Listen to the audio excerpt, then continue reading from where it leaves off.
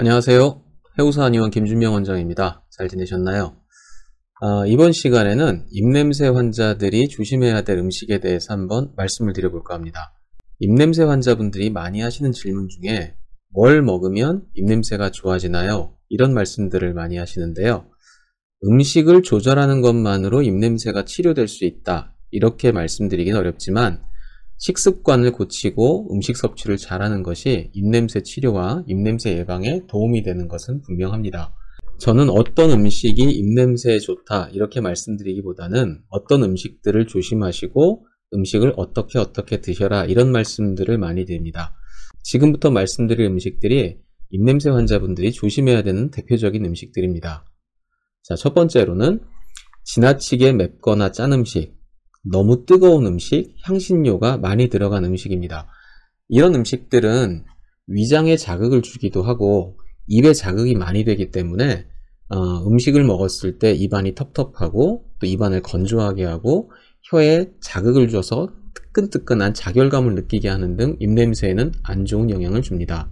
두 번째로는 밀가루나 튀김, 기름기가 많은 음식, 너무 단 음식, 사탕이나 초콜릿, 생크림 같은 음식들이 되겠죠.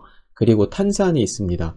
이런 음식들은 위장에서 식도 쪽으로 역류를 일으키는 증상을 더 심하게 하기 때문에 속에서 올라오는 입냄새들을 안 좋게 만들 가능성이 많습니다.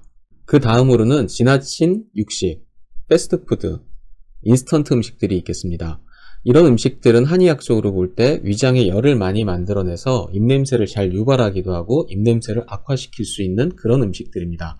그리고 우유나 요플레, 치즈 이런 음식들은 사실 몸에 나쁜 음식들은 아니지만 혀에 달라붙어 있을 때 단백질이 많은 음식들은 혀에 오래 붙어 있으면 입안에서 입냄새를 만드는 세균들도 많이 늘어나게 하고요. 또 그런 음식들 자체가 단백질이 부패되면서 나는 냄새들이 많이 발생하게 됩니다. 특히나 치즈 같은 경우에는 혀에 잘 달라붙는 성질이 있어서 맛은 좋지만 먹고 났을 때 시간이 지나면 굉장히 안 좋은 냄새를 유발할 수도 있습니다. 따라서 이런 음식을 드시면 혀를 좀 꼼꼼하게 잘 닦아주는 것이 필요합니다. 그리고 대표적으로 입냄새에 안 좋은 음식 중에 하나는 커피가 되겠습니다. 커피를 마시면 입이 건조해지는 현상이 생길 수도 있고요. 또 커피 자체가 위장에 자극을 많이 주기 때문에 입냄새에 안 좋은 영향을 줄 수 있습니다. 특히나 커피 믹스는 맛이 달고 좋지만 혀에 달라붙어 있는 점성이 크기 때문에 시간이 지날수록 굉장히 안 좋은 냄새를 유발할 수도 있습니다. 따라서 커피 믹스나 라떼 같은 걸 드시면 꼭 혀를 잘 닦아주시는 게 필요합니다. 그리고 당연한 얘기겠지만 음주나 흡연을 지나치게 하시는 것도 입냄새에 당연히 안 좋은 영향을 줍니다. 음주를 하시게 되면 우리 몸에 수분이 많이 손실되기 때문에 입이 굉장히 건조해지죠. 그리고 음주를 하시면서 그 시간이 지날수록 술 냄새 자체가 영향을 줄 수도 있고요.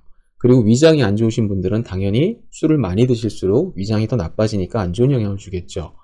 담배도 마찬가지입니다. 담배가 가지고 있는 그 향 자체가 악취가 나기도 하지만 흡연을 하시다 보면 구강이 많이 건조해지고요. 담배에 들어있는 성분 중에 황 성분들이 구강에 침착되면서 더 구릿하고 안 좋은 악취들을 많이 형성하게 됩니다. 마지막으로 누구나 먹어도 입냄새가 나는 음식이긴 한데 특히 입냄새가 나시는 분들은 양파, 마늘, 파 같은 음식들은 외식을 할 때는 가급적이면 삼가하시는 게 좋습니다. 이런 음식들을 먹고서 금방 양치질을 할 수 있다면 모르겠지만 그렇지 않은 상황에서는 가급적 자제를 하시는 게 좋겠습니다. 우스갯소리로 제가 환자분들한테 이런 말씀을 많이 드리는데요. 내 입냄새를 최악으로 만들 수 있는 조합이 뭐냐? 삼겹살을 구워 먹으면서 파절이, 마늘, 양파를 먹고 밖에 나와서 커피 믹스를 한 잔 마시면서 담배를 한 대 펴보세요. 그러면 가장 최악의 냄새를 만들 수 있습니다. 제가 이렇게 자주 말씀을 드립니다. 그런데 문제는 앞에 말씀드린 이런 음식들을 안 먹고 살 수가 없다는 거죠. 물론 100% 가려 먹으면 좋겠지만 그게 쉽지 않은 상황이 현실이겠죠. 그래서 저는 환자분들한테 덜덜덜덜 식사법을 하시라고 합니다. 덜덜덜덜 식사법이라는 게 거창한 건 아니고요. 조금 나쁜 것을 덜 드시라는 얘기입니다. 덜 맵게, 덜 짜게, 덜 달게, 덜 기름지게 드시라는 거죠. 안 좋은 음식을 100% 가려 먹으면 가장 좋겠지만 그게 안 되는 상황에서는 내가 처음 고른 메뉴보다 조금 덜 나쁜 메뉴로 선택을 한 단계씩 낮춰가면 됩니다. 자, 예를 들어서 치킨을 설명해 보겠습니다. 치킨이라는 것 자체가 입냄새 환자한테 그렇게 좋진 않죠. 만약에 내가 불닭을 먹고 싶다면 불닭 중에서도 조금 덜 매운 순한 맛을 드시는 게 좋고, 선택을 할 수 있다면 불닭보다는 덜 매운 양념치킨으로 가는 게 좋겠죠. 근데 양념치킨은 다니까 조금 덜 달은 프라이드로 가시고, 근데 프라이드가 기름지니까 껍데기를 좀 벗겨 드시고, 이런 식으로 안 좋은 음식이지만 꼭 먹어야 되는 상황이라든지 너무 먹고 싶은 상황에서는 조금이라도 덜 나쁜 방식으로 단계를 낮춰주십시오 하는 말씀을 제가 자주 드립니다. 제일 좋은 거는 지금까지 말씀드린 나쁜 음식들을 안 드시는 거겠지만, 그게 안 될 때는 덜덜덜덜 식사법을 항상 머릿속에 생각하고 계시면 최악의 상황은 피할 수가 있습니다. 입냄새 치료와 예방은 작은 것부터 하나씩 노력하는 게 가장 중요합니다. 앞에도 말씀드렸고 계속 제가 말씀드리지만, 할 수 있는 노력을 가장 기본적인 것부터 열심히 해주시면 분명히 좋은 효과가 있을 거라고 생각합니다. 오늘 말씀이 도움이 되었으면 좋겠습니다. 감사합니다.